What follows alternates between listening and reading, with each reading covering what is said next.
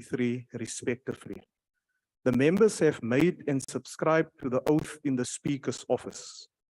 We want to say welcome to the honourable members for the remainder of this term of Parliament. The Secretary will read the first order of the day. Consideration of report of Portfolio Committee on Agriculture, Land Reform and Rural Development on Agricultural Product Standards Amendment Bill. I now recognize the Honourable, the Chief Whip of the Majority Party. Ke a leboha haholo modulasetulo le ntlo ena. Ke itsisinya hore tlaleho ena e amohelwe. Ke a leboha. The motion is that the report be adopted. Are there any objections? No objections, agreed to. The Secretary will read the second order.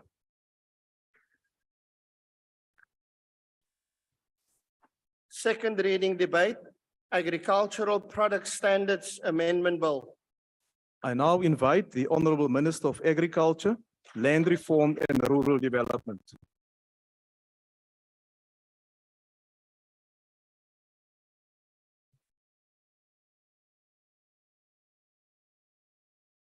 House Chairperson, honorable members, today we present to you for your consideration as this House, the Agricultural Products Standards Amendment Bill. This amendment bill has been necessitated by the gaps that we've identified in respect of the current legislation. Some of these gaps relate to management control systems which were not provided for in the current legislation, as well as auditing. The bill, as we are tabling to you today, clarifies the concept of management control systems, as well as provides for auditing of such production systems. The concept of management control system deals with methods of production and the accompanying labeling claims associated therewith. For instance, at times when people produce their goods, they will claim that such goods are produced in an organic manner, whereas they have used some of the substances that are normally used on non-organic production systems. It is therefore important that such claims should not be made.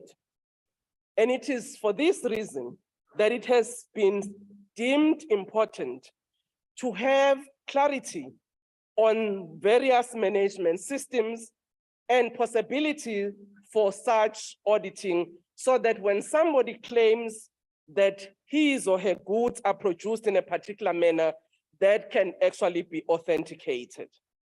The current act had to be reviewed to accommodate inspection and auditing methods, among other things, to ensure proper application and enforcement. It is our view, Chairperson and honorable members, that once this bill is passed into law, it will strengthen our regulatory system. I therefore wish to thank the Portfolio Committee led by our Chairperson, Honorable Mandela, for working hard to ensure that this bill can now be tabled in this House for your consideration. I thank you, Chairperson. Thank you, Honourable Minister. The next speaker is the Honourable Mandela.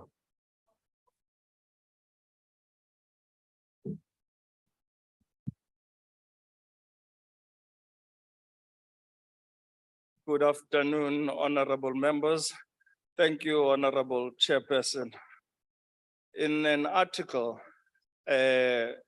titled Leading Agricultural Industry into the Future by Seb Stove, Thomas Seclow, and Stephen Scott, the authors state, and I quote, "Few industries feel the impact of today's VUCA world, which is volatility, uncertainty, complexity, and ambiguity, as much as agriculture.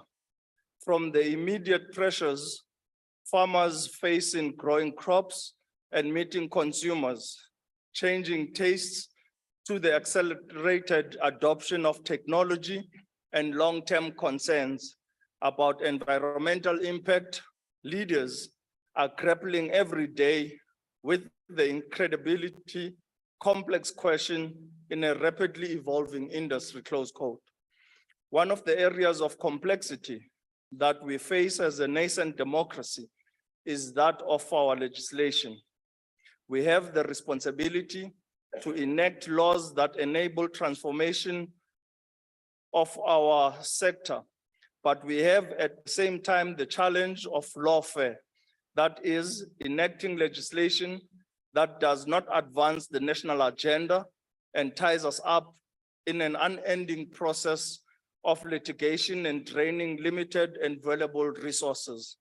Honorable Chairperson, since the advent of democracy in 1994, this Parliament has enacted progressive pieces of legislation and amended many others enacted by the apartheid regime in order to ensure an alignment with the democratic principles and values of our Constitution.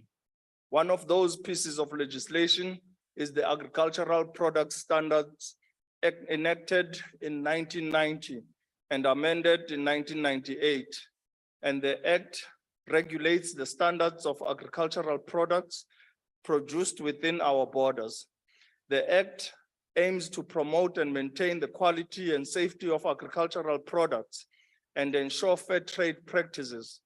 It covers a wide range of agricultural products, including fruits, vegetables, grains, and livestock, and establishes specific standards for their quality, packaging, and labeling. This Act plays an important role in ensuring the safety and quality of agricultural products in South Africa, but key legislative deficiencies have necessitated its amendment, and these involved around management control systems, auditing, and setting of fees. Lack of clarity and consistency in these areas has led to significant challenges in ensuring food safety, trade, market access, which have significantly implications for South Africa's agricultural sector. The quality standards envisaged by legislation before us goes a long way in bringing certainty and enhances our position in the international market. Its positions to get a bigger slice of the global agricultural market, estimated at $12 billion and growing to about $18.8 billion by 2031.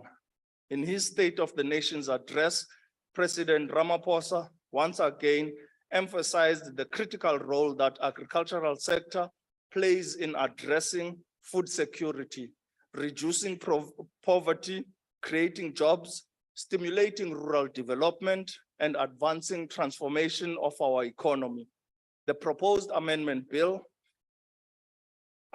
in the bill before the House this afternoon will benefit the exporters, farmers, sellers by providing guarantees for claims such as organic and free-range products, which can be authenticated.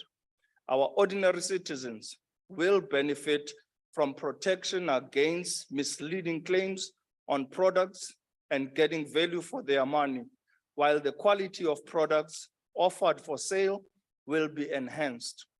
The proposed changes will again, Honorable Chairperson, strengthen South Africa's food control system, which could facilitate enhanced trade and market access necessary for the growth of our economy and the creation of job opportunities. Honorable Chairperson, the importance of addressing the legislative deficiencies in the Agricultural Products Standards Act can be overstated, as it is critical for ensuring food safety, promoting trade, and enhancing market access in South Africa. By advancing these objectives, we can contribute to the success of our economic reconstruction and recovery plan known as AP. Provision on a cost recovery basis in the bill seeks to allow assignees to recover their cost in order to ensure that their services are sustainable. These provisions aim to address the deficiencies in the current legislation and enhance the regulation of agricultural products in South Africa. They promote transparency, consistency, and sustainability in the regulation of agricultural products, which is critical for ensuring food safety and the promotion of trade. The committee sees the proposed amendments as having potential impact to make a meaningful contribution to the competitiveness and growth of our agricultural products market. This will be achieved as the proposed amendments seek to improve the quality of food produced and the promotion of organic food and beverages for the export market. As the committee, we note the importance of these amendments in advancing several elements related to agriculture and rural development, and further help meet the objectives of our National Development Plan and app. As it relates to quality and safety, it will ensure that all agricultural products meet specific standards for quality packaging and labeling. And this will boost consumer confidence in South African agricultural products, both for domestic and international markets. And this can help open up new markets for the South African agricultural products, thereby promoting economic growth and job creation. By establishing standards for quality and labeling, the bill will help prevent fraudulent and misleading practices, which often harm consumers and legitimate producers. One of the pillars of app is investment in infrastructure-led economic development. And this legislative amendment can support efforts to promote rural infrastructure, such as roads, bridges, and sanitation facilities, and further help promote the production of high quality of agricultural products. This will increase the economic viability of rural areas, thereby encouraging investment in infrastructure and other services. One of the challenges still faced by our democratic society is high levels of economic inequalities found within our society, with high levels of economic participation concentrated with the hands of the few players. Through this bill, support for participation by Black people in the economy can be enhanced and thereby help dismantle agricultural monopolies. This can be achieved among many other initiatives by targeted incentives and support for the emerging farmers, and help promote the growth of small-scale and subsistence farming, which is critical for the rural poverty alleviation. President Ramaphosa reminded us that as a nation is defined by how its people meet the gravest of difficulties, whether they work together and confront their challenges as one, united by a common purpose, or whether they surrender to the problems before them. Let this legislation be one such step towards overcoming the challenges we face as the agricultural sector. Perhaps then we can continue to pursue our journey to what the founding father of our democracy, President Nelson Rolihlahla Mandela, described as our daily deeds as ordinary South Africans must produce an actual South African reality that will reinforce humanity's belief in justice, strengthen its confidence in nobility of the human soul, and sustain all our hopes for a glorious life for all. I thank you. Thank you, Honorable Member. The next speaker is the Honorable Masipa.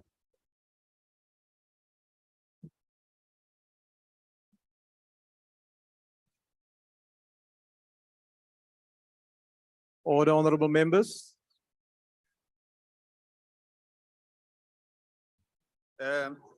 Dumela House Chairperson, le maloko ka moka Parlamente. The Portfolio Committee on Agriculture, Land Reform and Rural Development has considered Agriculture Product Standards Amendment Bill. The bill is classified by joint taking mechanism as Section 76 bill. The bill was referred to the Portfolio Committee on 5th August 2021 after its introduction into the National Assembly. The object of the bill is to amend Agricultural Product Standards Act 1990 so as to insert definition and substitute others, provide for auditing of a product management control system, make provision for setting of tariffs by assignees on a cost recovery basis, make further provisions for the minister to make regulations pertaining to audit and management control system, and also provide for matters connected therewith. Key areas of contention were the definition of assignee and sell, the clear difference between audit and inspection, and the determination of fees and cost recovery. The bill was first referred to NA in 2014. Since then, it has made no progress. While the bill was gathering dust during the corrupt ANC's 9 wasted years, the department made few attempts to implement new inspection services on grain and oilseeds, which backfired big time. The appeal board received 5 applications against the notices. The ruling on the implementation of the inspection services on grain and oilseeds was in favor of the industry. It noted that the implementation was unlawful and not procedurally fair. The appeal board ruled that the fees cannot be rationally linked to the capabilities that need to be exercised or the duties that need to be performed. Leaf Services was appointed in 2016 during the 9 wasted years as an assignee of Delrat to render inspections services on behalf of the department. During the public hearing, questions were asked as to why the department officials cannot conduct these services. To put this into context, AGBIS argued, quote unquote, none of the sectors required the introduction of inspection services by Delrat, and there is no evidence of complaints or transgression submitted that justifies the inspection of stakeholders. The introduction of inspection services will lead to 13,000 new inspections. Although it can be legally justified, it is not justifiable to add a layer of cost of about 74 million rands on the food value chain. However, AGBIS made further inputs that Leaf Services can consider a volume-based approach to collect fees at point of sale using similar methods of levy collection by the National Agricultural Marketing Council, NAMEC. And the appeal board recommended DG to consider additional regulations to ease appeals like this one where current arrangements are insufficient. As I conclude, Chair, we need to deal with market concentration. While Democratic Alliance recognized the importance of regulatory framework and implementation, the corrupt ANC does not acknowledge these things. We know that for a fact. They love cadre deployment and corruption. We know that for a fact. Corruption destroyed ESCOM and gave us load shedding. ANC government destroyed the OBP. We cannot receive vaccines from Honest World Vaccination Production Center. I can go on and on, Chair. The only solution that we have in this house is to vote the ANC out. Puma, ANC, Puma. Ngena DA. Thank you. Thank you. Thank you, Austin. Thank you, Honourable Member. Order, Honourable Members, the EFF. House Chair, the EFF is in support of the Agricultural Product Standard Amendment Bill, a Section 76 bill whose purpose is to designate minimum standards for agricultural products intended for sale in South Africa. While the Agricultural Products Standard Amendment Act of 1990 provided for powers and inspection, grading and sampling for quality control, it did not provide for a concrete definition of management control over these processes. Over the years, there's been issues relating to cost recovery and the setting of fees by assignees and have not been subjected to litigation.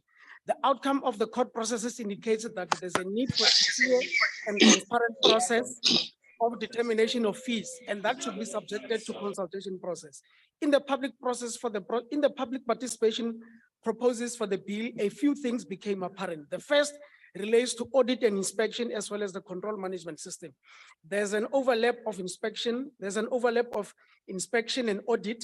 Whilst the department argues that audit and inspections are separate controls, with audit being a management control system, there is no clear definition of inspection, and this might result in uncertain and misinterpretation. The bill does not address these concerns, and we are in support of the clarification of the process. Secondly, there is a concern relating to the regulation of the organic sector. It is a concern that we share to date. There is no public regulatory framework on the organic sector. There's no public.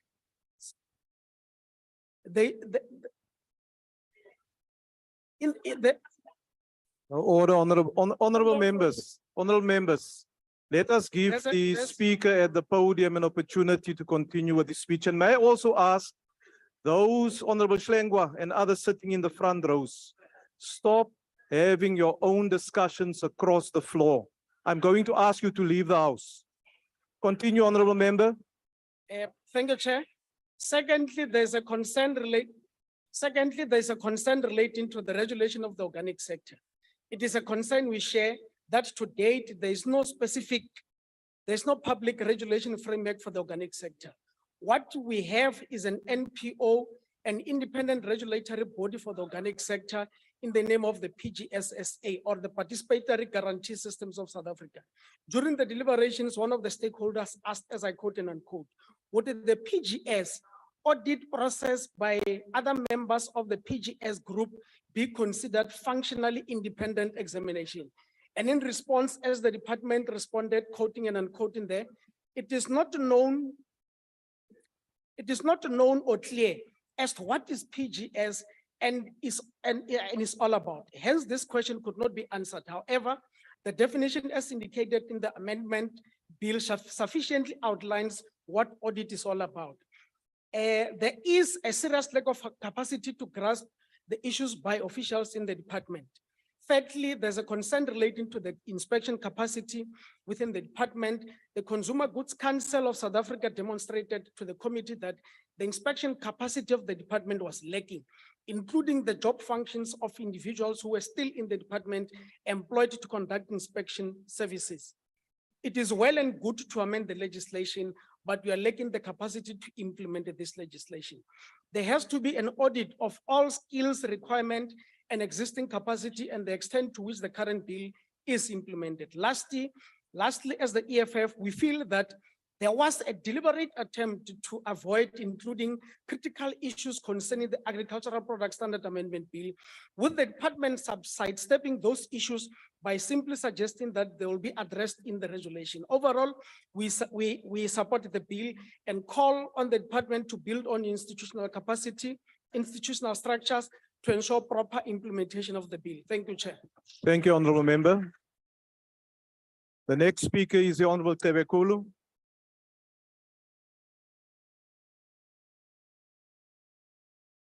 Thank you, Chairperson.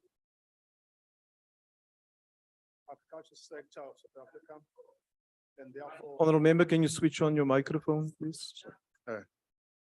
Agriculture sector of South Africa, and therefore both the import and export of agricultural products and other related products play a major role in job creation and contribute to food security and GDP. Positive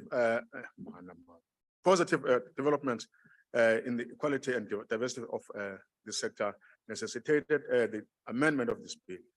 The provision of it makes, I'm sorry, for the clear and effective application of the management control system, as well as the auditing of products for quality control will result in further progressive and positive effect in the sector.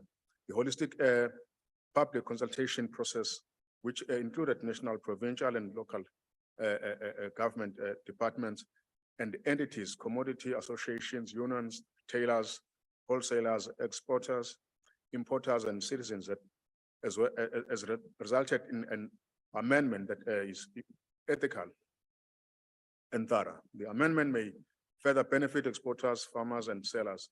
It will authenticate claims on quality and processing. A robust food control system is foundational to creating an enabling environment for successful trade and access to markets. This amendment is about health, safety, delivery on promise, and meeting expectations. The sector can reap better profit and reduce losses by meeting quality standards. Those that exceed quality standards stand out above their competitors and further their potential for profit and consumer loyalty. For the South African consumer, this amendment further protects them from misleading claims. As a result, they can have greater certainty in the value of the products they purchase. In conclusion, ensuring that the food security and quality assurance inspection services effectively implement the minor adjustment needed. The IFP supports the bill. Thank you. Thank you, Honourable Member. I now recognize the Honourable Breed.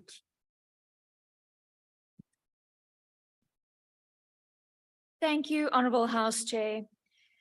As the Chair and many members have said, this bill seeks to amend the Agricultural Products Standards Act of 1990 so as to insert definitions and substitute others, provide for auditing of a product for management control systems, make provisions for the setting of tariffs by assignees on a cost recovery basis, make further provisions for the Minister to make regulations pertaining to audit and management control systems, and provide matters connected therewith. The aim, in short, is to improve the Act and to allow for better controls. If this is what the bill's effect in practice will be, remains to be seen. We must always beware against adding too much red tape and making it almost impossible to trade commodities. Wat kommerwekkend was met hierdie wetsontwerp, soos met vele ander wetgewing wat ons deur hierdie departement al gesien het, is die wetsontwerp afgerammel. Dit moes na die komitee al daarmee begin werk het, onder andere verwys word vir taalversorging en wysiging om dit eenvormig te maak. Die komitee moes dus begin werk aan 'n dokument en wetsontwerp wat nog in proses was. 'n Wetsontwerp moet alvorens dit na die komitee gaan nie meer ooglopende foute hê nie. Dis tog beslis 'n basiese begrip. Dit laat ook vrae ontstaan oor die departement se manier van doen en of dit waarmee hierdie wetsontwerp die departement en die minister spesifiek sal taak, wel ordentlik uitgevoer gaan word. Daar is in die verlede al verskeie kere kommer uitgespreek oor wette wat nie spesifieke vereistes daarstel nie, maar wat net ruimte laat vir regulasies wat deur die minister moet afgekondig word. Hierdie manier van doen van die departement druis in die demokrasie, die werking, die ware oorsigrol, as ook en meer spesifiek die wetgewende prosesse van die parlement.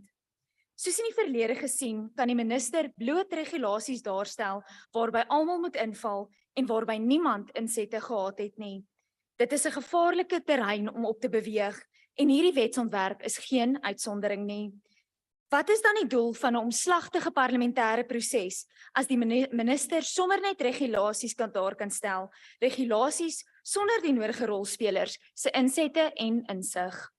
During the process, we received a number of concerns by various stakeholders regarding the appointment of assignees, the proposed audits versus inspections, as we've heard from my colleagues, as well as management control systems and how everything will work in practice, what their roles will be, etc.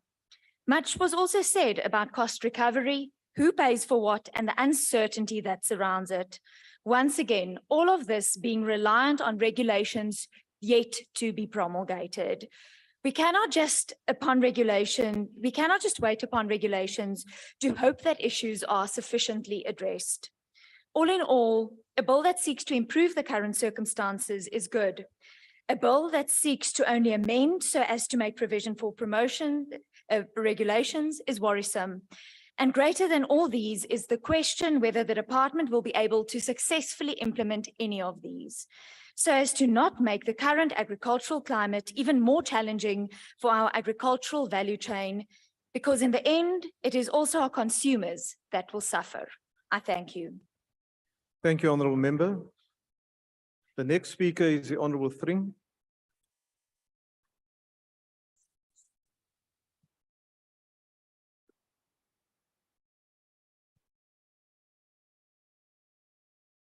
Honourable House Chairperson, as we consider this Agricultural Product Standards Amendment Bill, the ACDP would like to draw our attention to the vast majority of the world's poor who live in rural areas and are dependent on agriculture for their subsistence and survival. It must be stated that in many parts of the world, including South Africa, women are dependent on subsistence farming to feed their families. They too wish to grow their agricultural base, and hence the controls and barriers to entry in this sector must be addressed. This bill is important in that it deals with control mechanisms over the sale and exports of certain agricultural products, the sale of certain imported agricultural products, control over the related products, and for matters connected therewith. Essentially, the bill was drafted to address the legality of the concepts of management control systems, which deal with the production method and its accompanying labeling claims, and to strengthen the regulatory framework for agricultural production, as well as health and food safety of certain agricultural products. The ACDP notes that often the focus is on food security, which often focuses on quantity at the expense of quality. The listeriosis outbreak highlighted the necessity to focus on the scientific determination of the quality of food and agricultural products, including food imported into the country. The ACDP also notes that the main objective of the bill is to strengthen, as I said earlier, regulatory frameworks for agricultural production, health, and food safety, and to make provision for auditing of management control systems and the production of active participation by affected stakeholders in the determination of fees. In this regard, the African Christian Democratic Party supports the Agricultural Product Standards Amendment Bill. Thank you. Thank you, Honourable Member. The UDM, the ATM, the Honourable Sheikh Imam. Thank you very much, Chairperson. Thank you for the opportunity. Allow me at the very outset to say that the National Freedom Party supports the amendment tabled here today. Indeed, this bill seeks to amend the Agricultural Product Standards Act of 1990 to provide for the auditing of a product for management control systems and to make provision for the setting of tariffs. Let me deviate a little bit here, Chairperson. I think this should be the first step in many. In fact, if we note that we have lost control in the country when it comes to food products. South Africa is fast becoming the diabetes capital of the world. And I want to commend the minister and this committee on this initiative, which I think is long and overdue. We need control measures. We need to audit to ensure that the products that are grown or produced are of high standard. Let us not forget that the international standards that have been set for products imported from Africa particularly are very high, and we need to meet that. This, I think, will give us an opportunity to meet those standards. And having said that, what it will do, it will enhance, it will boost the agricultural sector, particularly when you talk about exports. Now, very importantly, I want to say something. Again, I want to deviate, and I hope the minister and the chairperson is listening. South Africa is very rich, particularly in indigenous plants that are used for medicinal purposes all over the world, which to a very large extent we're not aware of. I want to quote two of got the pronunciation correct, bought by European countries from South Africa. But I think what is important is to ensure that we have these oversight mechanisms, these management and control of these systems, so that the safety of the consumers is of the highest standard. So the National Freedom Party will support this, and we hope that from this, the Department of Health will also take an initiative and deal with the number of products that are manufactured in South Africa with no control measures in place. I thank you very much, Chairperson. Thank you, Honourable Member. The AIC. Thank you, Honourable Chair. The main purpose of the Agricultural Product Standards Act of 1990 was to regulate and control the sale and export of certain agricultural products and other related products. The 1990 Act defined a product as any commodity of vegetable or animal origin, or produced from a substance of vegetable or animal origin. The current bill doesn't tinker with this definition.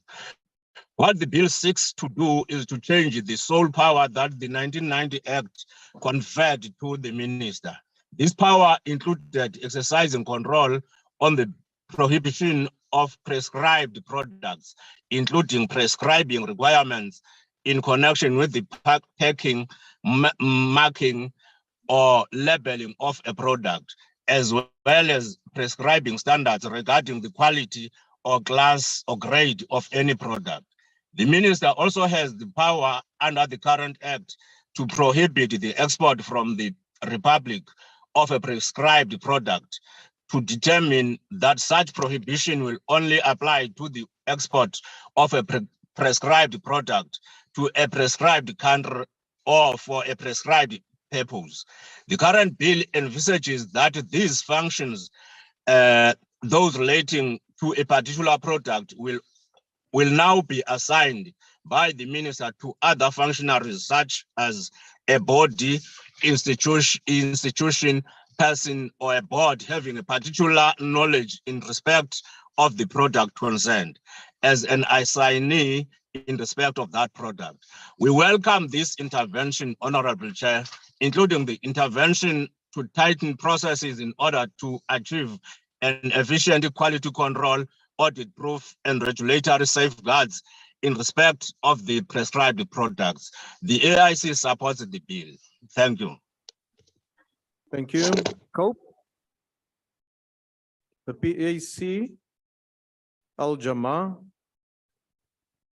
the Honorable Kruger. The DA. Geachte voorsitter, weer eens 'n goue geleentheid om romslomp te hervorm, maar helaas nog 'n tasting in die donker deur die ANC. Dit is dalk nog verstaanbaar dat die onnodige romslomp in 1990, toe die oorspronklike wet onderteken is, kon insluit. Ons boere sukkel al jare met onnodige romslomp en beleidsonsekerheid uit die geleedere van die ANC-regering. En in 2023 is dit onaanvaarbaar dat regulasies wat vir die landbougemeenskap voordeel moet inhou, steeds frustrerend kan wees. Wat enige redelike Suid-Afrikaner se verstand ten bowe gaan, is dat 'n regering wat daagliks vir die gemeenskap 'n klomp snert verkoop oor die implementering van vereenvoudige wetsontwerppraktyk, hierdie belangrike aspek oor die hoof gesien word. Voedselverskaffing lei tot voedselsekerheid. Indien daar egter 'n hindernis tussen beide tree, lei ons bevolking honger. 'n Hongernasie is 'n onproduktiewe nasie en die nagevolge hiervan het doeteenvoudig 'n negatiewe impak op ekonomiese groei. Alhoewel die landbougemeenskap reken dat die wysigings in hierdie wetsontwerp in die regte rigting is, spreek dit ongelukkig nie die regulasie struikelblokke aan waarmee boere daagliks te doen kry nie. Die DA neem kennis van die impakassessering wat die DPME gedoen is, maar met nader ondersoek blyk dit dat die inhoud van die verslag veel te wense oorlaat. Daar word geensins melding gemaak van die impak van romslomp as gevolg van hierdie wetsontwerp op die Suid-Afrikaanse gemeenskap sal hê nie. In die Wes-Kaap, waar die DA regeer, is daar 'n ease of doing business unit wat struikelblokke soos ervaar deur die boere in 'n japtrap verwyder. Huisvoorsitter, 'n belangrike struikelblok wat in die toekoms die ontwikkeling van onaanvaarbare vlakke van romslomp gaan veroorsaak, is die magte wat aan die minister verleen word deur die wetsontwerp. Dit flikker van rooi ligte en is versekerde risiko wat met 'n arendsoog dopgehou moet word. Die Agriculture Product Standards wetsontwerp poog onder andere om die verkope, die uitvoer en die invoer van landbouprodukte te reguleer. Alles goed en wel, maar ongelukkig veroorsaak dienslewering van die munisipaliteite en staatsinstansies 'n demper op hierdie bedrywighede en sal geen wetgewing in die wêreld die onbekwaamheid van die ANC-regering kan oplos nie. Baie dankie. Thank you. The next speaker is the Honorable Klape.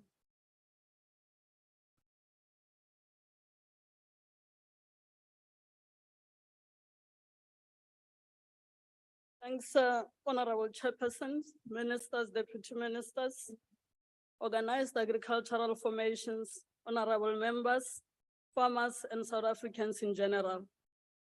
Honorable Chair, it is a fact that agriculture is a vast industry that continues to grow every year, and thus farmers will always be faced with many challenges as they constantly strive to improve their yields. Innovation, therefore, is important in today's marketplace and for the continued success of the agricultural industry. It is no secret that there is constant exploration of new technologies in order to increase effective agricultural products that meet the farmers' expectations and the consumers' forever changing food preferences and taste. For an example, now lately, majority of people prefer to eat organic food, free-range chickens, and the rest. But as indicated by my fellow members, the Agricultural Products Standard Amendment Bill, therefore, aims to strengthen the regulatory framework for agricultural production, as well as health and food safety of certain agricultural products. Such a regulatory framework promotes food safety and creates an enabling environment for increased and sustainable production. The concept that we're talking here about today of management control system deals with methods of production and the accompanying labeling claims associated therewith.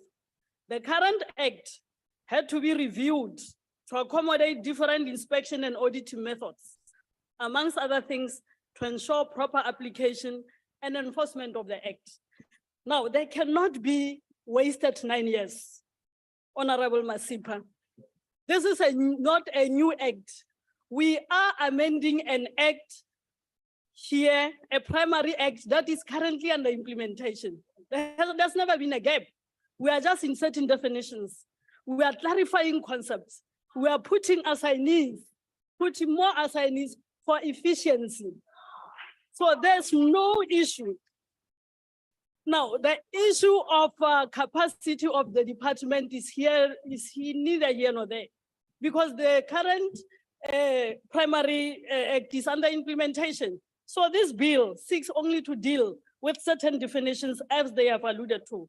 As the ANC, we are of firm view and support that the regulations necessary for agricultural products are necessary for agricultural products to ensure that one, all products are safe for human consumption and must undergo rigorous testing and quality control procedures before being sold. Two, all products must be labeled correctly. This includes the necessary information about the ingredients, storage, and expiry date. Three, all products need to be packaged safely and securely to ensure that the product will not be damaged during transportation and will reach the customer in a perfect condition. Honorable Chairperson, meaningful public participation is significant and is a crucial element in legislative making process. This process is important not only in that it gives meaning to provisions of the Freedom Charter that the people shall govern, but it ensures that proposed legislation is grounded in the needs and concerns of the people it will affect. In this case of the Agricultural Product Standards Amendment Bill, the provisions for public participation, including written and oral submissions from the public and public hearings, helped to ensure that the proposed amendments were inclusive.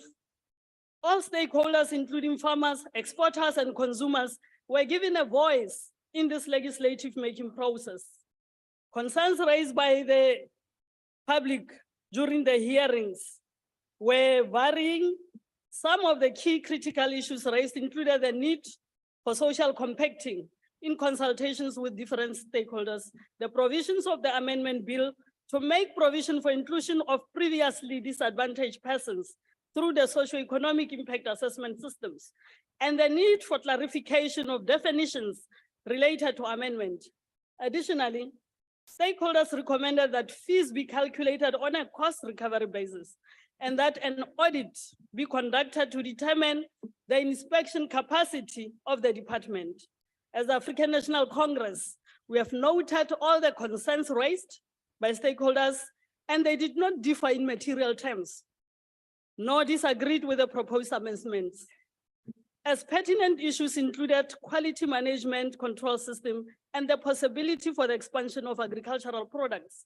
A number of stakeholders had expressed support for this amendment bill, and some made recommendations relating to the clarification of definitions. And we want to thank all the honorable members that have supported this bill also today. As members of the ANC exercising legislative oversight on government, we are satisfied with all the responses made during public hearings. Honorable Chairperson, on social compact, the President of the Republic of South Africa, His Excellency President Cyril Ramaphosa, reminded us in his State of the Nation address earlier on the 9th February, and I quote, "An intention to forge a comprehensive social impact that will join all social partners in a common program to rebuild our economy and enable higher growth is important." Close quote. The ANC, we take acknowledgement of the significant role that social compact can play in advancing the objectives of the Agricultural Product Standard Amendment Bill by bringing together all stakeholders involved in agricultural and creating common vision for the sector. This will involve collaborative efforts to develop the implement policies and strategies that promote growth and development in this sector, also addressing the challenges faced by women and rural small-scale farmers throughout the country. Through dialogue, consultation, and partnerships, social compact can be established to ensure that all voices are heard, concerns are addressed, and consensus is built on the way forward. This bill, honorable members, has got also an economic impact. South African inspection systems are recognized as equivalent to that of AU inspection bodies. And this recognition is crucial and has been possible through the Perishable Products Export Control Board, PPECB. Honorable Chairperson, for South African perishable products industries to be enabled to be exported to European markets, it is because of their high quality standards. So this bill will strengthen the minister to regulate other related components within this sector for the economic benefit and reputation of our country's agricultural product, which in turn will continue to expand markets for our farmers, because companies will ensure that their products are of highest quality and meet all consumer expectations, as well as export market standards. For our women, Honorable Three, women empowerment is a crucial aspect that needs to be considered in the formulation of any legislation. The Agricultural Development Strategic Plan, launched in 2019 as a comprehensive plan aimed at transforming the country's agricultural sector by increasing productivity, creating jobs, reducing poverty and promoting food security with key areas of intervention focused on land reform, also address the issues of women. We are of the view as the ANC that this amendment bill, through appointment of assignees, clarification of the role of assignees, cost recovery fees, tariffs that will be publicized and gazetted when the time comes, they will also benefit the women of South Africa. And in conclusion, Chairperson, the overall proposed agricultural product standard amendment bill is expected to have a positive impact on farmers, consumers, and the broader economy. The introduction of the new standards for agricultural products will improve the quality of products, increase consumer confidence, and create new economic opportunities. However, it is important to ensure that the implementation of the bill is accompanied, Honorable Minister, by appropriate training and support for farmers and other stakeholders to ensure that they can comply with the new standards and regulations. I thank you. Thank you, Honorable Member. I now recognize the Honorable Minister of Agriculture, Land Reform and Rural Development.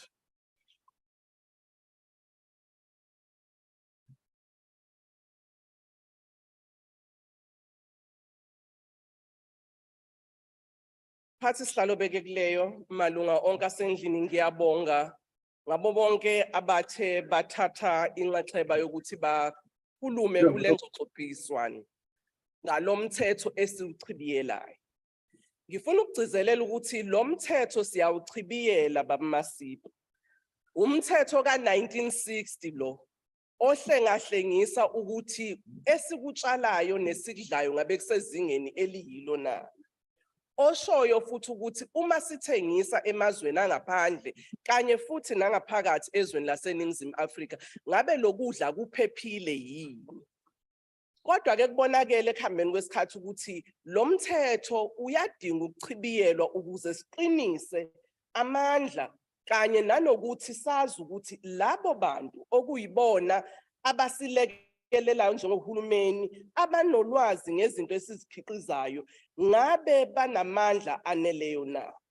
Yilokho ke sikwenzayo. Manje ngiyezwa wena usuyapolitika usukhuluma ngezokuvota angazi zingena pho kwamanje. Siya evotini kulonyaka ozayo sizoba nalithuba lokuthi sikhankasa.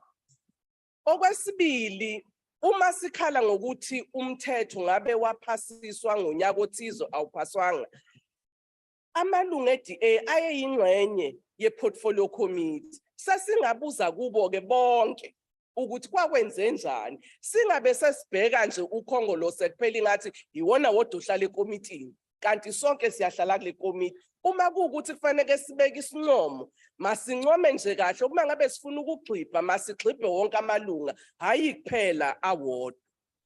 Ngiyathanda ke futhi ukusho ukuthi lo mthetho uzosisiza ukuthi uma sikhiqize ngendlela eyiyo, singathi uma sikhiqiza bese sithi uma sesibhala lapha kuloko esikhiqizile kuyilolu hlobo kanti akusilo.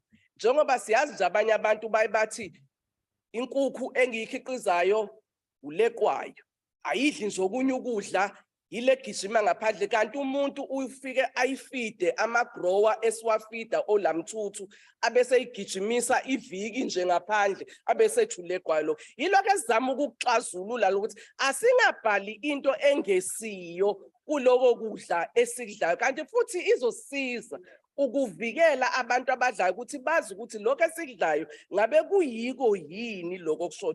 Yilokho nje sikwenzayo babaMasipa. Lokho kunye nje impela cha seyindaba yakusasa hayi yanamhlanje. Mangibonge kakhulu malunga eParliament ngokuthi nisixhase. Thank you, Honorable Minister. Honorable members, that concludes the debate. Are there any objections to the Agricultural Product Standards Amendment Bill being read a second time? There's no objections. It's agreed to. The Secretary will read the bill a second time. Agricultural Product Standards Amendment Bill. The bill will be sent to the National Council of Provinces for concurrence. The secretary will read the third order.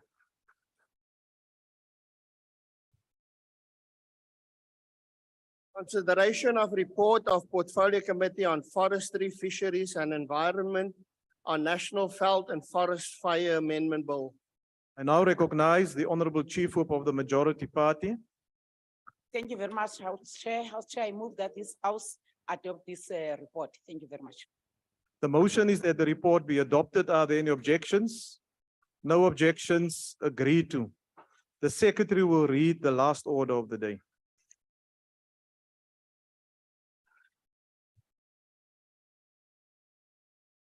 Second reading debate, National Veld and Forest Fire Amendment Bill. I now recognize the Honorable Deputy Minister of Forestry, Fisheries and the Environment.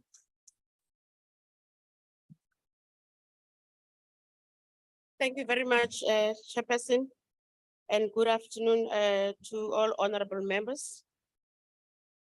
Honorable members, I want to dedicate this amendment bill to many brave South Africans who spend endless hours fighting veld fires under sometimes very difficult conditions to protect property, lives, livelihoods, and an environment.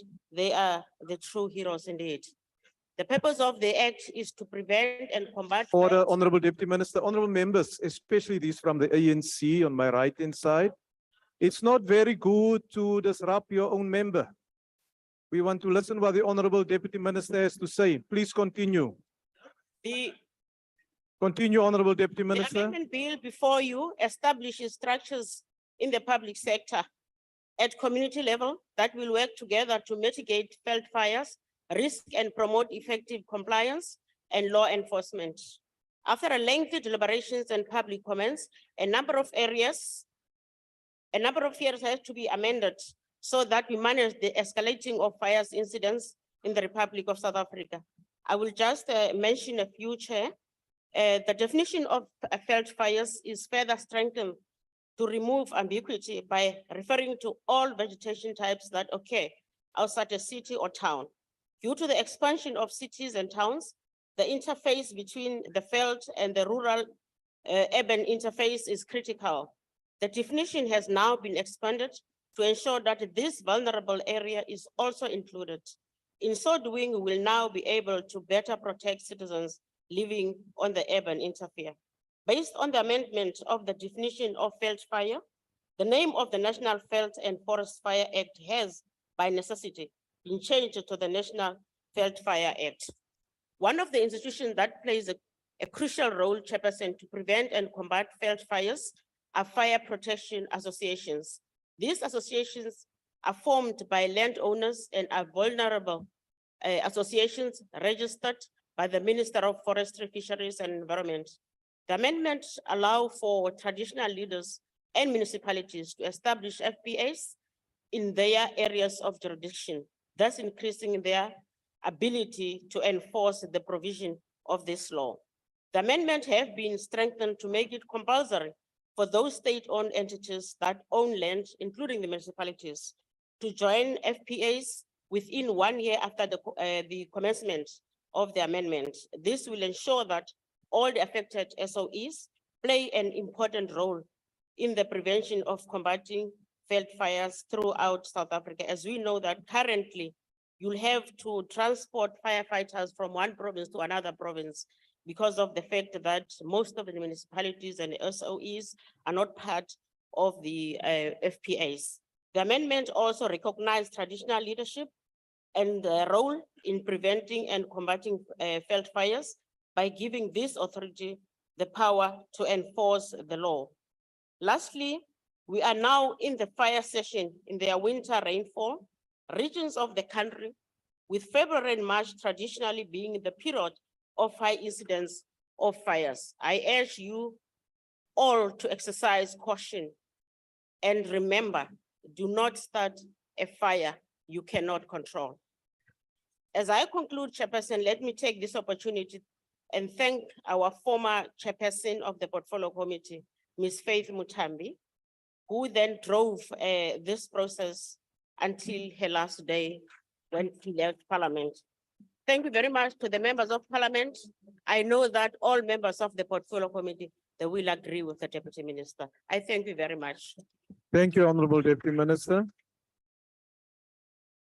Honorable April at the back, can you take your seat, please? Thank you. The next speaker is the Honorable Modise.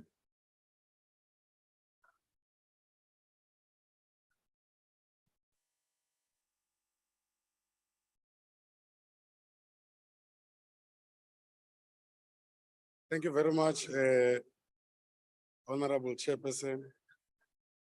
Greetings to the Chief Whip of the Majority Party.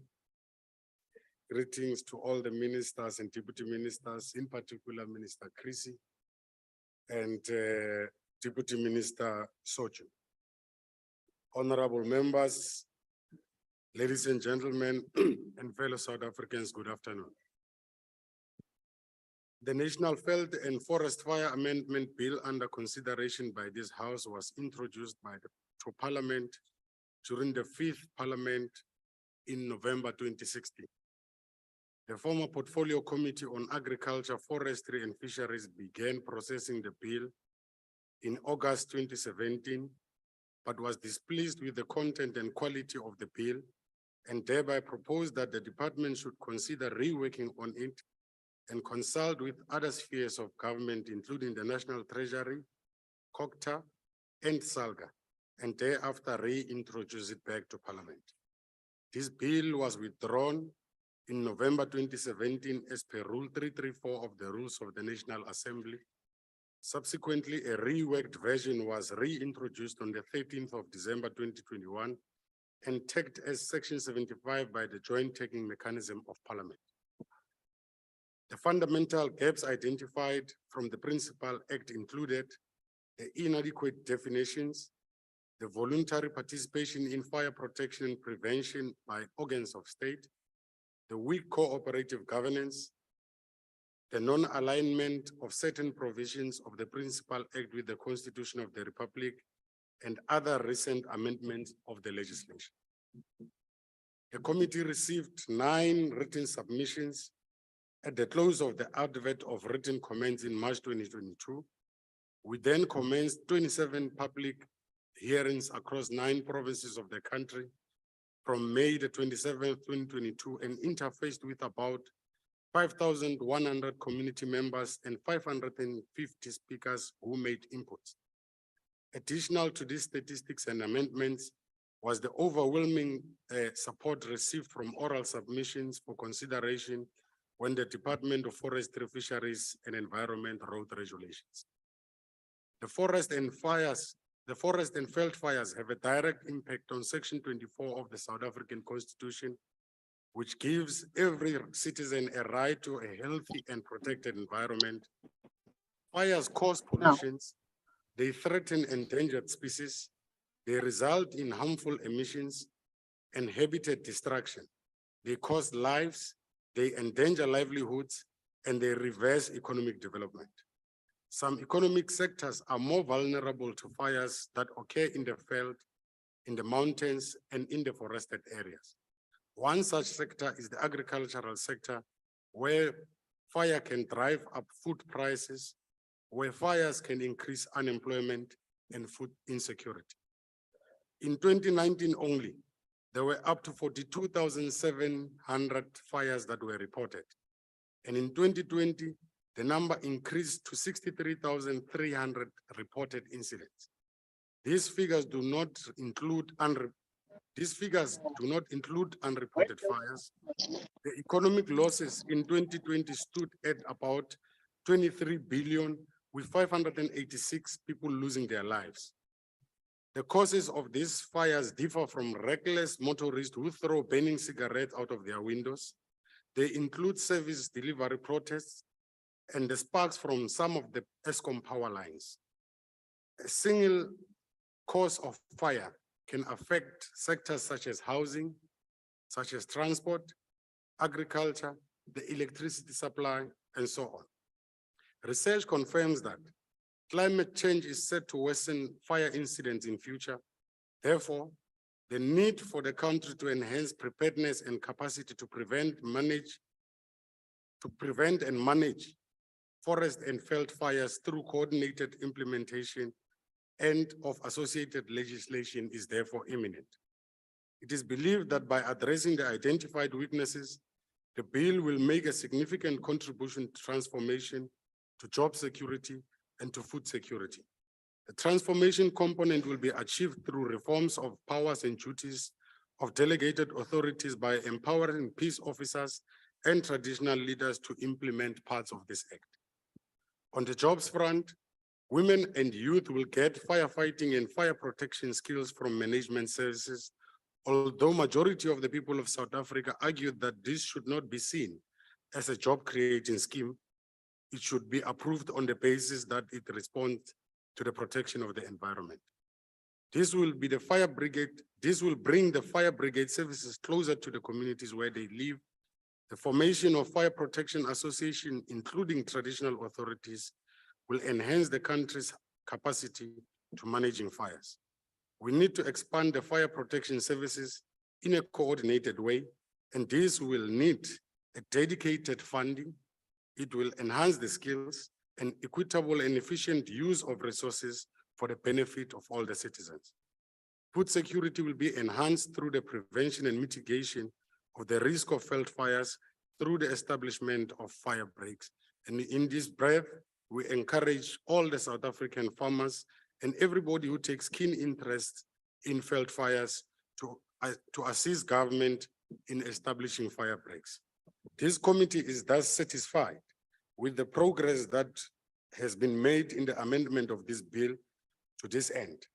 The committee has certainly responded to all the matters that arose from all the people that we have engaged with.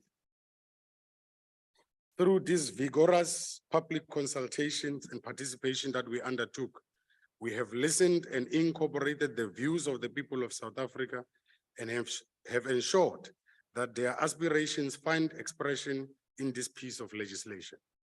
We have noted the conflicting interests of a variety of stakeholders. We have noted matters that relate to compliance or lack thereof. The significant cognizance was given to the link between the legislation and this piece of legislation and the National Environmental Management Act, the National Conservation of Agricultural Resources Act, the National Disaster Management Act, the National Environmental Management Biodiversity Act, and the National Environmental Management Protected Areas Act. In the final analysis, Chairperson, we envisage sustainable management and development in the use of veld fires. This bill will now promote the maximum participation of all stakeholders and interested parties and protection of wetlands and the regulation and control of soil erosion. The critical and effective use to transform the fire management landscape to promote diverse participation while promoting economic losses from the amendments from the Principal Act, it is therefore of essence. It is therefore within this context that we appreciate all the efforts of our preceding committee, all members of the current Portfolio Committee of Forestry, Fisheries and Environment. We look forward to the cooperation by all entities and stakeholders in the implementation of this piece of legislation, the empowerment of the Fire Protection Association, more awareness programs, and maximum compliance by all organs of the state and stakeholders for the benefit and the future of the current and the future generations. All of us have a duty to promote, protect, and to preserve our natural resources, including biodiversity and wildlife, as well as ensuring a healthy living environment for all South Africans. We need to protect the air, we need to avoid water pollution, we need to use the land sustainably, we need to manage waste and protect endangered species. We therefore recommend that the National Assembly adopts the second reading of the National Veld and Fire Amendment Bill. Thank you very much. Thank you, Honorable Member. The next speaker is the Honorable Weber.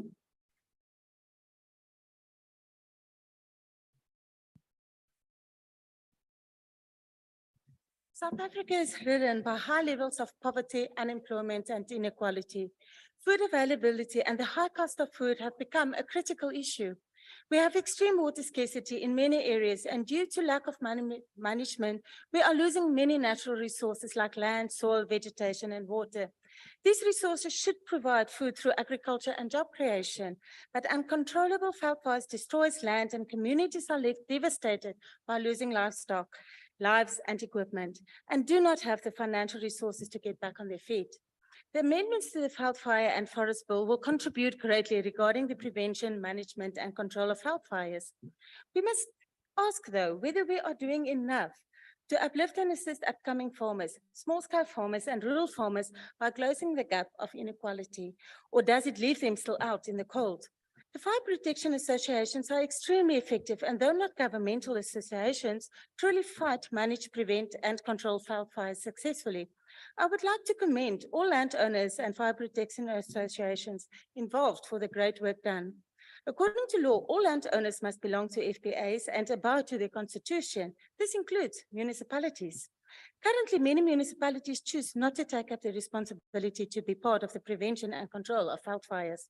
Many small towns do not have fire brigades anymore, and if they do, they are greatly under-resourced and cannot assist in veld fires. If they try to assist, the distances are so far and the response time too slow that at the arrival, the destruction of the fire was done already. How does this assist rural farmers? What more can be done to enforce and ensure that municipalities will take up the responsibility? The equipment, training, and resources that the FPA are responsible for are very expensive. Therefore, there is a membership fee to try to cover most of the costs. Many beneficiaries and rural farmers, as expected by the law, cannot join a FPA for protection as they cannot afford the membership fees. But the scapegoat is, the FFE is aware of the cost of fire breaks. However, Act 101 of 1998 makes provision for fire breaks as a preventative measure to stop the spread of veld fire, and this reducing risk of damage the property, livestock, agricultural land, and in the unlikely event, the death of the country's citizens. Does this quotation of the law assist the rural farmers on how to be able to get fire breaks? The answer is no. The law says you must. Therefore, if you can't, sorry. Most of the time, the FPA assists to combat the fires on these rural farms, but cannot allow maintenance. This practice, as many resources are limited.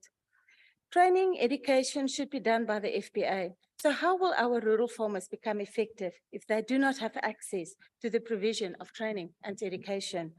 The government says they want to empower, uplift, and equip rural farmers and narrow the gap of inequality. I do not think the bill assists in that. Many of the contributions of the rural farmers at the public hearings regarding assistance will hopefully be addressed in the regulations that the department is busy with. Honourable We member, all your time is request- now expired. Thank you. Thank you. The next speaker is the Honourable Paulson. Thank you very much, Chairperson. Chairperson, the EFF supports the National Veld and Forest Fire Amendment Bill.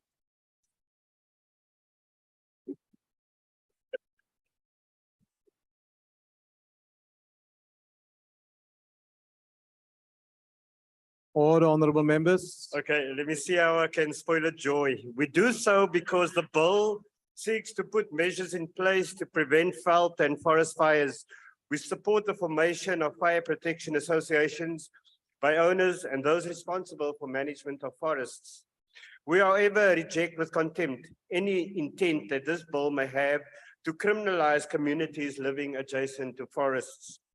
Owners and those managing forests must remain primarily responsible for the forests and for putting fire prevention measures in place in these forests.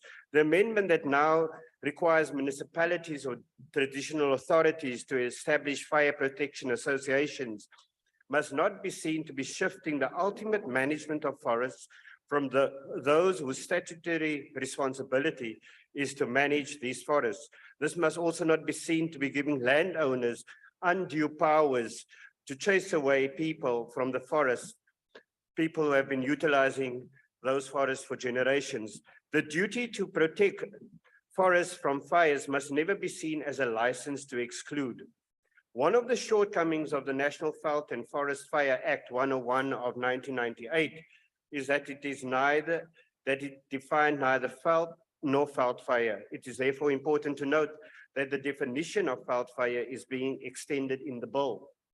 The National Veld and Forest Fire Amendment Bill aims to provide more meaning to the term veld fire by proposing the following definition: any vegetation fire that occurs outside a city, town, its adjoining industrial or residential area.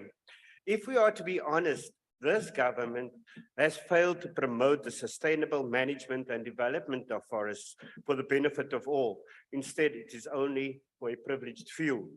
The ANC is incapable of implementing any decent policy that could address Black poverty. The overall purpose of the National Veld and Forest Fire Act is to prevent and combat veld, forest, and mountain fires throughout the Republic. We are in favor of the amendment to the Act, but we have no illusion about the ANC's ability to implement the Act. South Africa is burning, and the only way voters can rescue it is to ensure that the ANC is given a bloody nose in 2024 elections. Satellite imaging reported 8,920 fire alerts between 28th of February 2022 and the 20th of February 2023 alone. This is unusually high when compared to previous years, going as far back as 2012. Over 20 years from 2001 to 2021, South Africa lost 116,000 hectares of tree cover from fires. The year with the most tree cover lost due to fires during this period was 2017, with 21,000 hectares lost to fires, which accounts for 22% of all tree cover lost for that year. To deal with this requires more than just legislation. It requires institutional structure to prevent and manage those fires. The fire protection associations proposed by the bill, even in communal areas, if properly managed, could plug the institutional gap in the prevention and the management of fires. As I said, Chairperson, we support the bill. Thank you very much. Thank you, Honorable Member.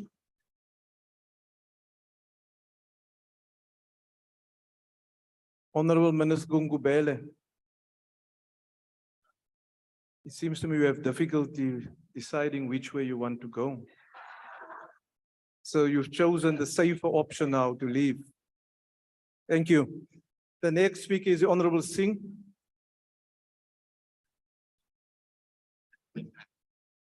How are you?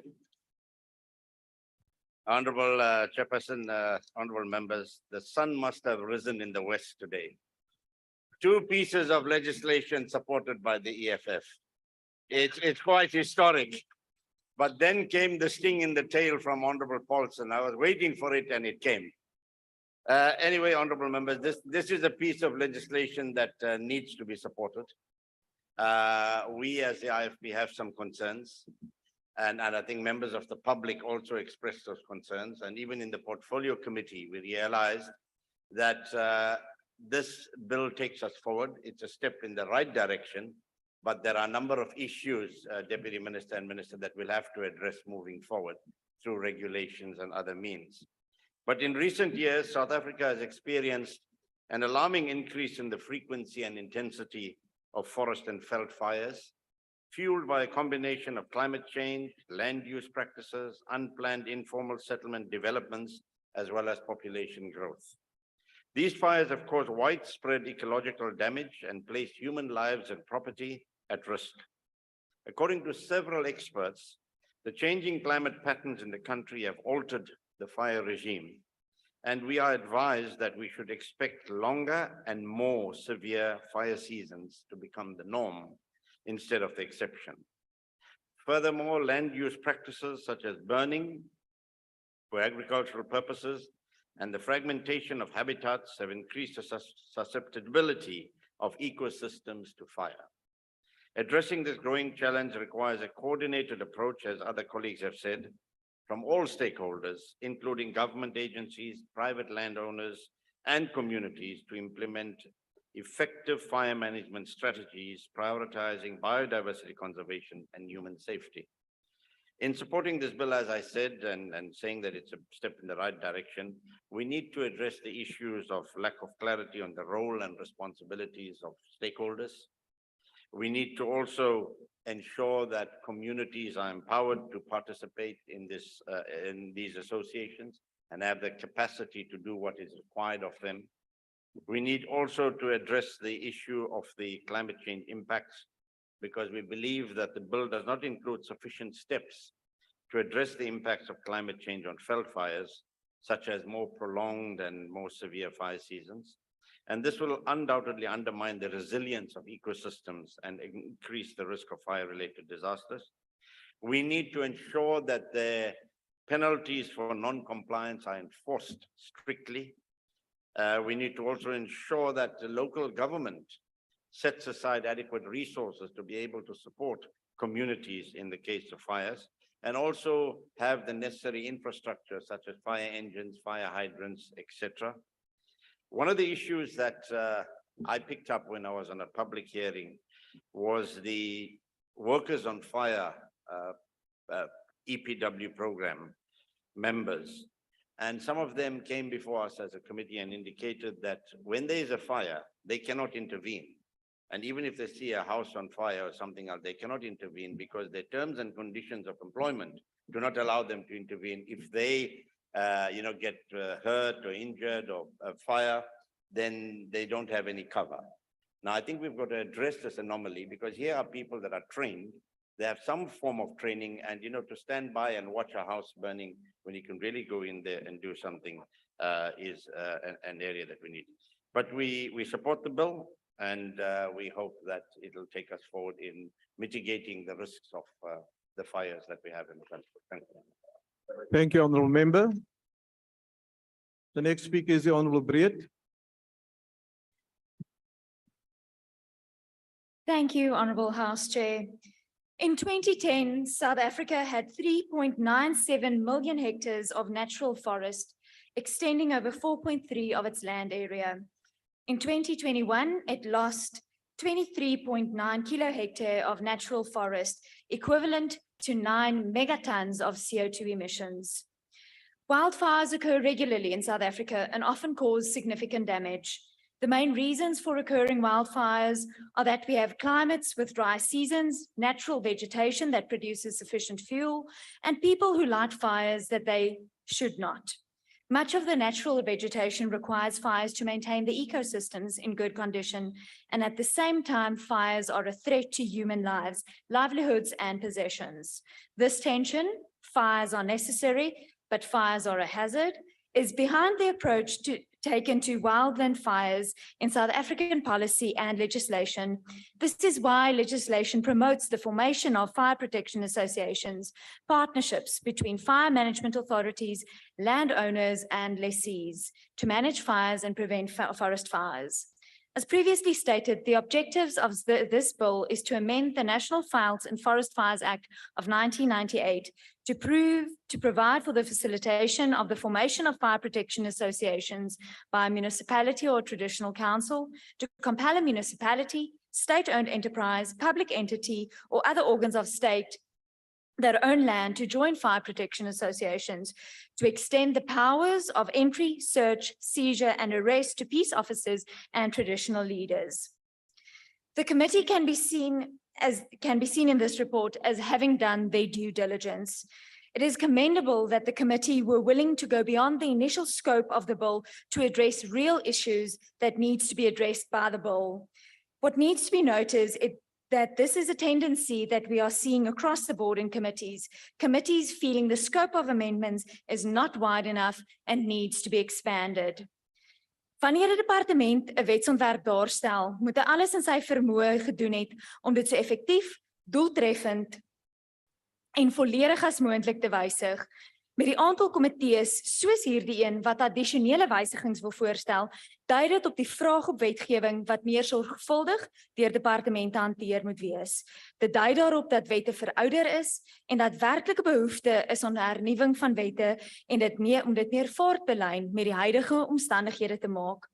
Aangesien die komitee nie verdere wysigings buite die raamwerk van die wetsontwerp mag voorgestel het nie, is hierdie komitee nou genoodsaak om te vertrou dat verdere wysigings wat hulle wou maak in regulasies daar gestel sal word. Hierdie is nie 'n gesonde manier van besigheid doen nie. Dit skep ruimte vir ondeurdagte regulasies wat sonder die nodige insette van rolspelers kan geskied. Verder sal slegs tyd leer of hierdie wysigings werklik in praktyk sal werk, al dan nie.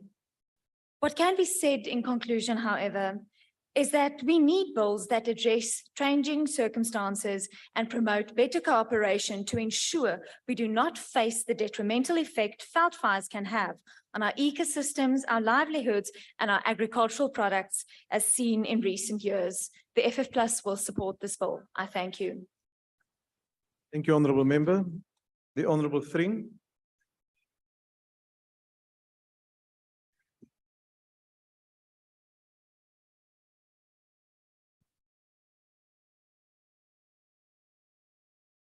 Honorable House Chairperson, the African Christian Democratic Party welcomes the amendments made to the National Veld and Forest Fire Amendment Bill by the Portfolio Committee on Forestry, Fisheries and the Environment.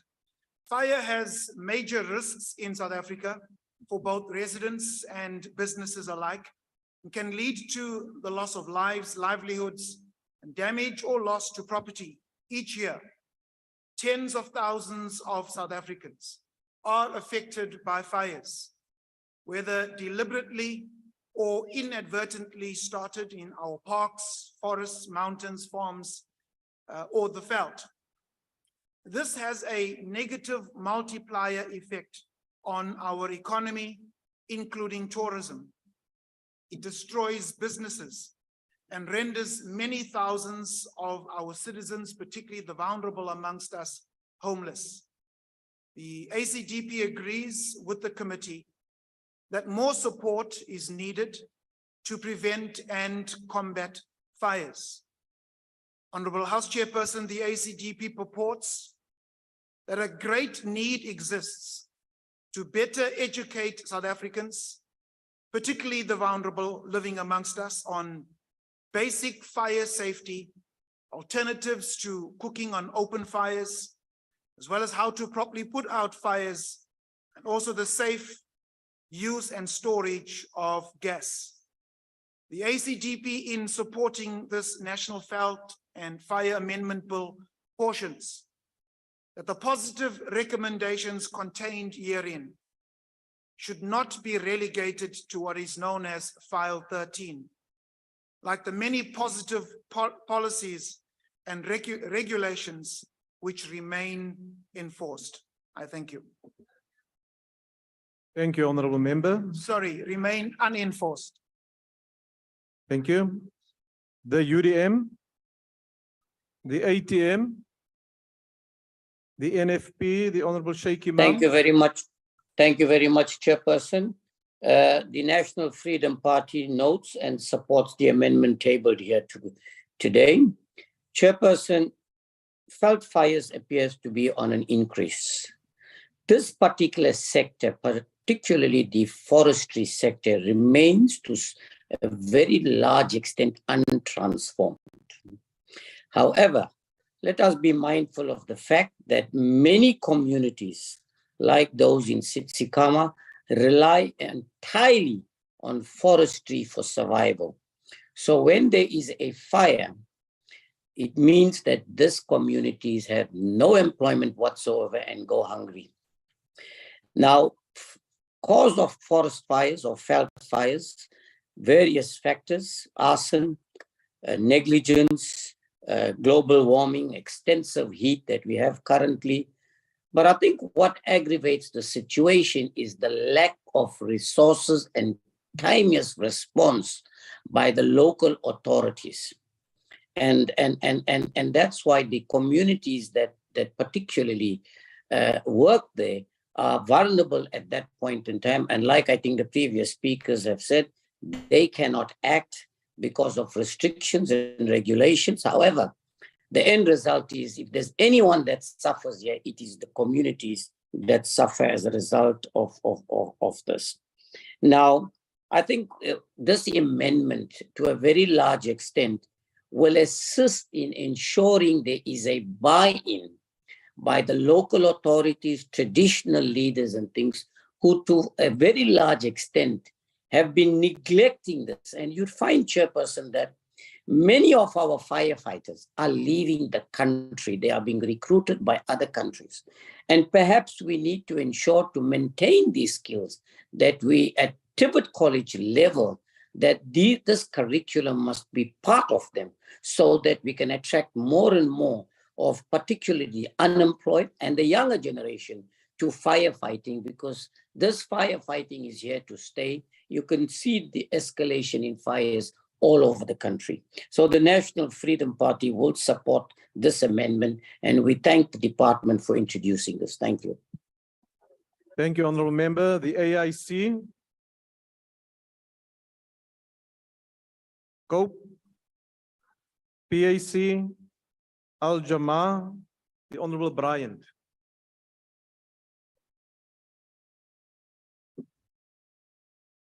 Thank you, House Chairperson. Every year across South Africa, large tracts of our natural environment are destroyed by rampant veld fires. It's now an undeniable fact that climate change is increasing the intensity and the frequency of wildfires and is putting more people, plants, and animals at risk. Sometimes these fires spread from natural environments into built-up areas and cause further damage, as was seen in 2021 when parts of UCT were destroyed by the devastating blaze that originally began on Table Mountain. The United Nations Environment Programme has recently noted record-breaking increases in wildfires across the world, even in the Arctic. And the UN has warned that as global temperatures rise, it increases the risk of wildfires, which in turn can actually speed up the rate of climate change. The UNEP report, which included contributions from scientists across the world, including from the University of Cape Town and Wits, makes it clear that governments have an urgent responsibility to take immediate steps to improve fire safety management, which the UNEP refers to as a fire-ready formula. To quote directly from the UN's report, fire is changing because we are changing the conditions in which it occurs. Wildfires that burn for weeks and may affect millions of people over thousands of square kilometers present a challenge that right now we are not prepared for. Anthropogenic climate change, land use change, and poor land and forest management mean that wildfires are more often encountering the fuel and weather conditions conducive to becoming destructive. Wildfires are burning longer and hotter in places that they have always occurred and are flaring up in unexpected places too, close quote. The UN recommends that cooperation and coordination must be improved between international and regional organizations, national and subnational governments, and fire knowledge and fire management organizations. By doing this, governments can achieve the central goal of improving the overall management of fires and simultaneously empowering our communities. Whilst this Felton Fire Amendment Bill is a step in the right direction and the DA supports the amendments, the key stumbling block continues to be the ongoing decay of municipal governments across South Africa. It's a sad reality that fire services in many of our once proud municipalities have fallen apart due to incompetence, corruption, and neglect, much of which is the direct result of the failed system of cadre deployment. The public's inputs received on the bill have consistently shown that many of South Africa's municipalities are under-resourced in terms of fire preparedness and cannot be relied on to deal with veld fires. The brave community fire protection organizations have often been left to deal with rampant veld fires on their own, with little to no assistance from local municipalities or government in general. ANC-induced load shedding is making their job even more difficult. The proposed amendment compelling municipalities to join FPOs should be welcomed, but this must be properly monitored, and mayors and municipal managers who fail to play their part must be held to account. If this government's really serious about protecting South Africa from the devastating impacts of rampant veld fires, it must also ensure that local fire services have all the tools they need. We cannot continue with a scenario where we have one fire engine servicing an entire rural district while the local politicians drive around in fancy cars. Unfortunately, this is the reality in many parts of South Africa.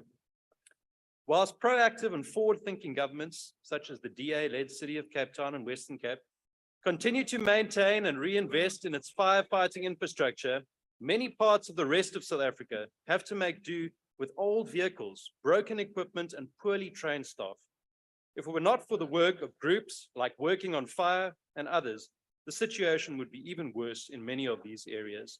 And I'd like to personally thank Working on Fire for their ongoing work in the most difficult of circumstances. The bottom line is that if the requisite resources are not rolled out urgently, these amendments will be meaningless. Our natural environment will remain at risk from the impacts of climate change, and sadly, many more people will die. South Africans can be rest assured, however, that where we govern, the DA will continue to prioritize and implement the important legislation, such as this legislation, that keeps us safe and protects our fragile environment. The DA supports the bill. Thank you very much. Thank you, Honourable Member. The next speaker is the Honourable Mchunu.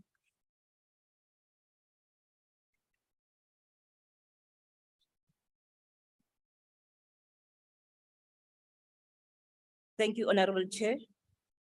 Greetings to Honorable Ministers, Deputy Ministers, and Honorable Members. Honorable Chairperson, please allow me to speak before this esteemed House on the proposed amendments to the National Veld and Forest Fire Act of 1998. This amendment seeks to enhance the existing provision of the Act, promoting greater cooperation between stakeholders, strengthening enforcement mechanisms, and focusing on the prevention and management of veld fires in South Africa.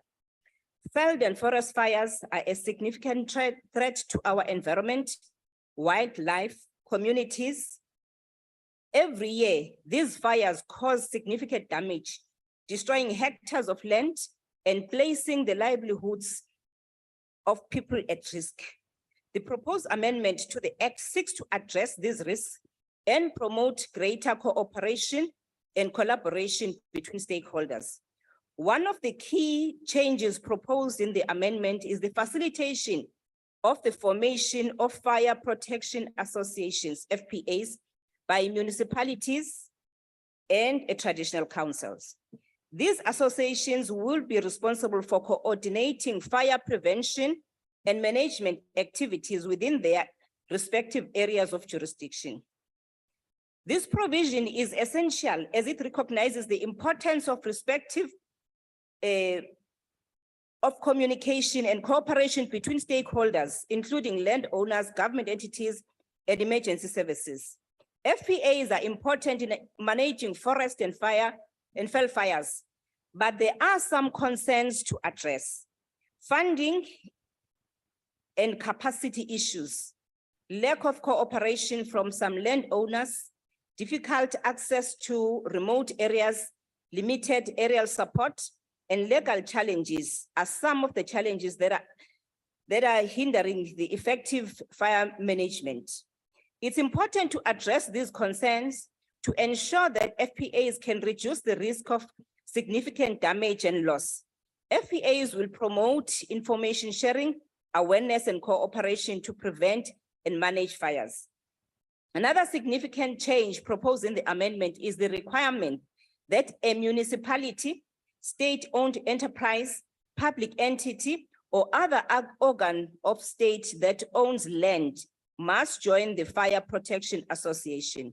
This provision is intended to ensure that all stakeholders take responsibility for fire prevention and management, working together to mitigate the risks associated with veld and fire forests. The participation of government entities and state-owned enterprises is crucial as they often own large tracts of land that are at risk of fires.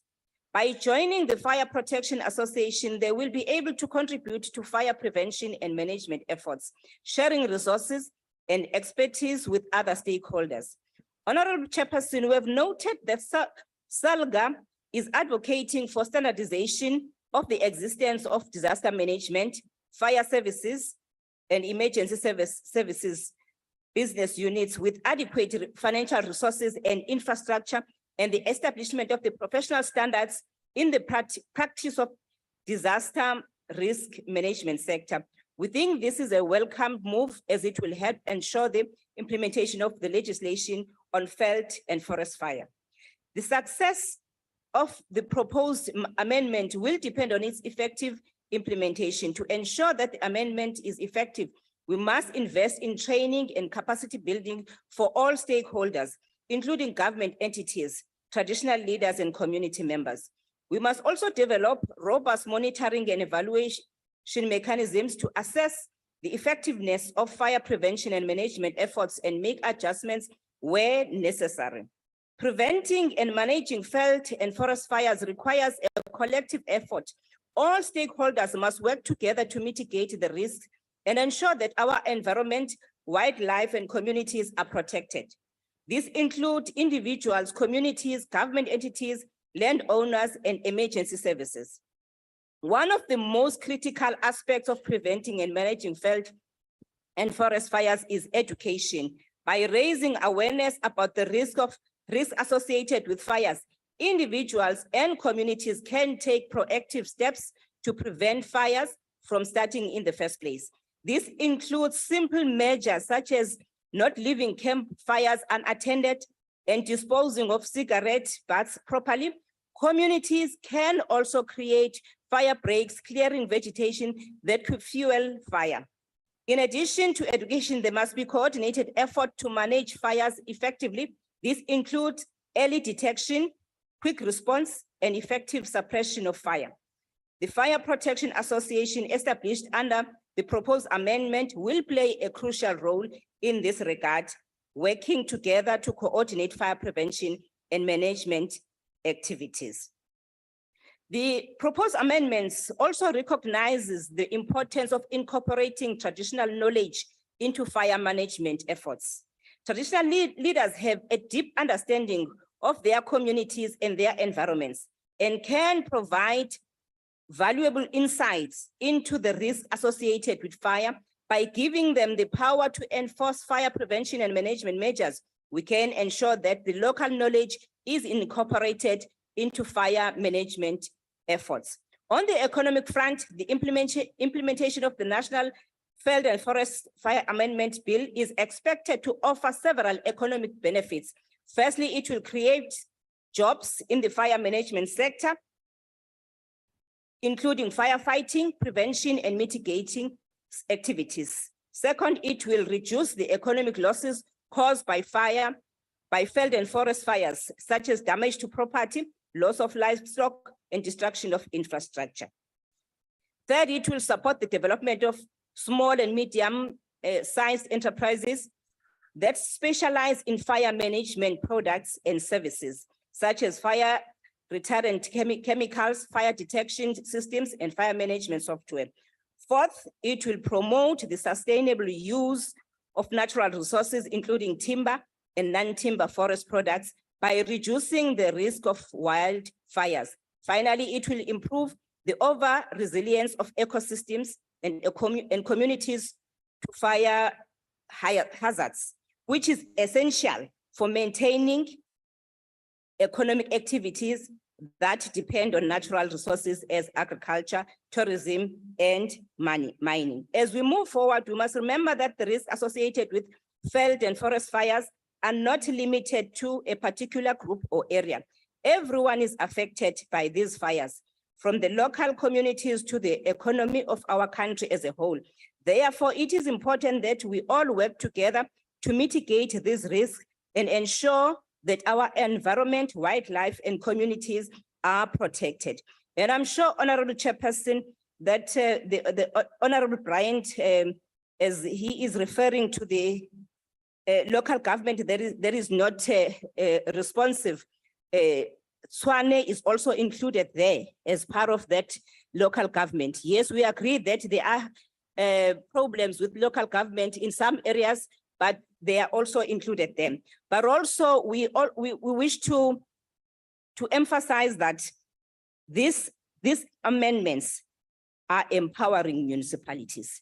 They are giving them powers to act wherever it is necessary so that we can have positive impacts when it comes to the control of the veld and forest fires. Thank you, Chairperson. Thank you, Honorable Member. I now recognize the Honorable Deputy Minister of Forestry, Fisheries and Environment.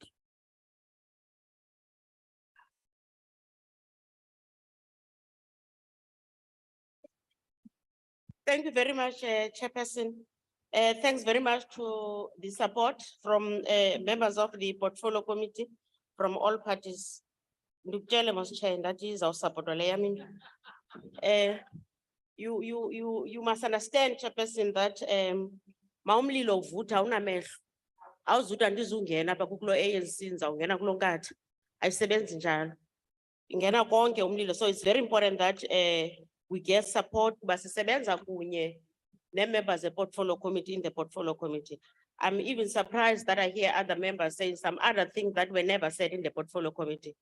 Fortunately for myself and the Minister, we are almost 100% members of the Portfolio Committee. Honorable Imam, thank you very much for raising the issue of the firefighters. It reminds me that 2 days ago, I had a discussion with my Deputy Director General, Dr. Mkiza, responsible for the environmental programs, where then we're discussing the issue of the firefighters, because we don't want to lose that skills. It took us time and money to train them. Therefore, it's not a nice thing then we have to lose them. Thank you very much for the support from all the parties. And I want to assure the leaders of the portfolio committees, your members do participate 100% in the committee, especially yourself, Honorable Brand. I know that and yourself, Honorable Weber, you keep us on our toes, but thank you very much because we are working, we've been working this road from day one up to the last day. Thank you very much for that support. I thank you very much. Thank you, Honorable Deputy Minister. That concludes the debate. Are there any objections to the National Veld and Forest Fire Amendment Bill being read a second time? Are there any objections? No objections. Agreed to. The Secretary will read the bill a second time. National Veld and Forest Fire Amendment Bill. The bill will be sent to the National Council of Provinces for concurrence. Honorable members, upon the adjournment of the House. House Chair, on a point of order. Yes, Honorable Member. Forgot something, House Chair, on the previous order. Can I do a correction? No, we've passed the order. No, we've passed the order. Honorable members, order. Upon the adjournment of the House, I request members to stand and to wait for the chair and the maids to leave the chamber. That concludes the business for the day and the House is adjourned. Don't leave the chair.